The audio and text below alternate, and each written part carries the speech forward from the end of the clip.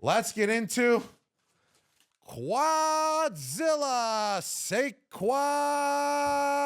Barkley. Saquon Barkley. Saquon Barkley. Saquon. Well, that's the first thing I think of is his quads. It's just how big and beastly and filling they are, and just how massive and just explosive those quads are, and how he can stomp on anyone and probably kill him if he did. If he was in WWE, hold on, where's my hat? If he was in WWE, they probably wouldn't allow him because you know those leg drops they do? He would do the Saquon Barkley leg drop, and it would be called the Saquon. Boom, and he would drop his quad, and boom, the wrestler would be dead right on the spot.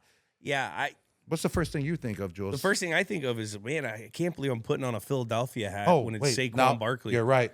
Hold on. I can't put the Philly hat on. I can't. I did really quick, and then it bounced off my head. Whoa! I mean, whatever. Nope. You know, but the thing is, you always thought he would be a giant for the rest of his life. And boy, was that one giant loss. To lose Saquon Barkley. I mean, and to see him go out and do what he's doing this year with a really good football team. I mean, this is what you want for a guy like Saquon Barkley. What kind of dude is Saquon Barkley? Oh. What kind of dude? Oh, man. I mean, What kind of dude is he? He grew up around, grew up in Pennsylvania. Pennsylvania, great football there. Great high football, school you football. know that. Great hope. Yes. You know, born in the Underrated. Bronx. So tough, New Yorker. Tough. I think went to Penn State. I think he has a lot of boxing in his background as well. A lot of boxing in his background. From what I recall reading, He's definitely got. About him. He's a dog. He is a dog, but he kind of is a freak as well. Those quads, because like you said, when he was wearing that kilt, you were like, whoa, like that's what we talk about. When you see a freak, it's because of their physical nature. He's definitely a stud too. Yes. And you were like, that's some physical nature that blew your mind. It was mind blowing. It was kind of like the first time when I saw Dante Hightower's calves. Oh, freaky. He's got some big ass calves. Imagine if you combine, if you made one leg and you had Dante Hightower's calves and Saquon Barkley's quad, you would get like someone. I think that person. It'd be like the Hawk, actually. I think that person he could do a tug of war with a fucking like whatever the best super diesel truck there is. He could probably with that leg. An F-350. Definitely. Actually, screw it. An 18-wheeler. He could probably take down an 18-wheeler.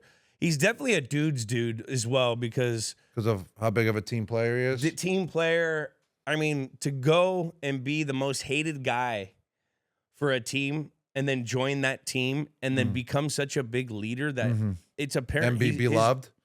You know, we were all looking at a whole at locker room and fan base.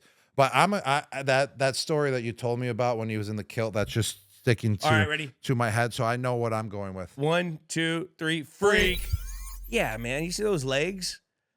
Sexy. Person at 230 pounds is not supposed to do jump flips, back hurdles over men that are trying to kill you. Only when you got quads like that, though, Jules. Quadzilla.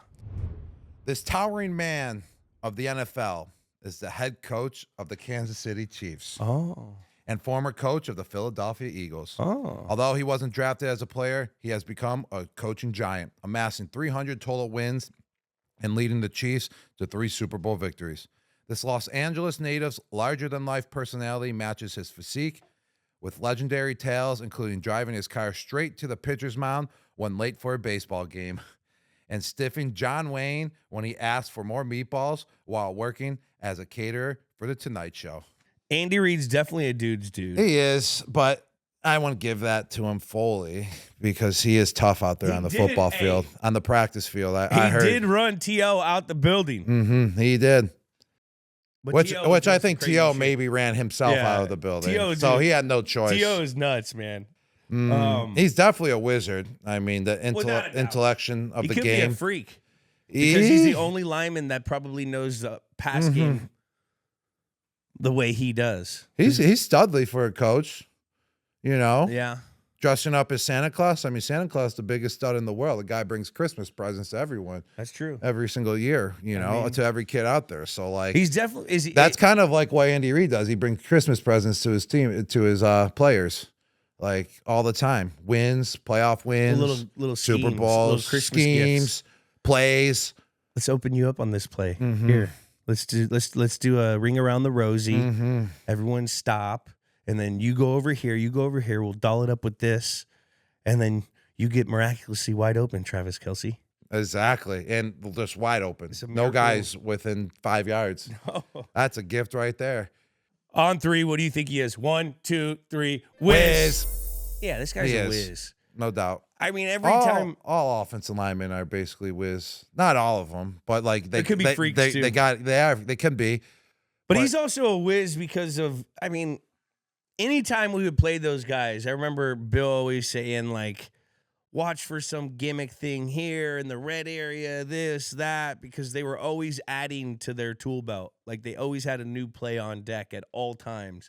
And I've heard that they have, like, those little powwows where they all get to, like, bring in a play on Tuesday and put, like, that's pretty whizzy. He's letting the kids be whiz. He's letting the whiz and the riz go throughout the building.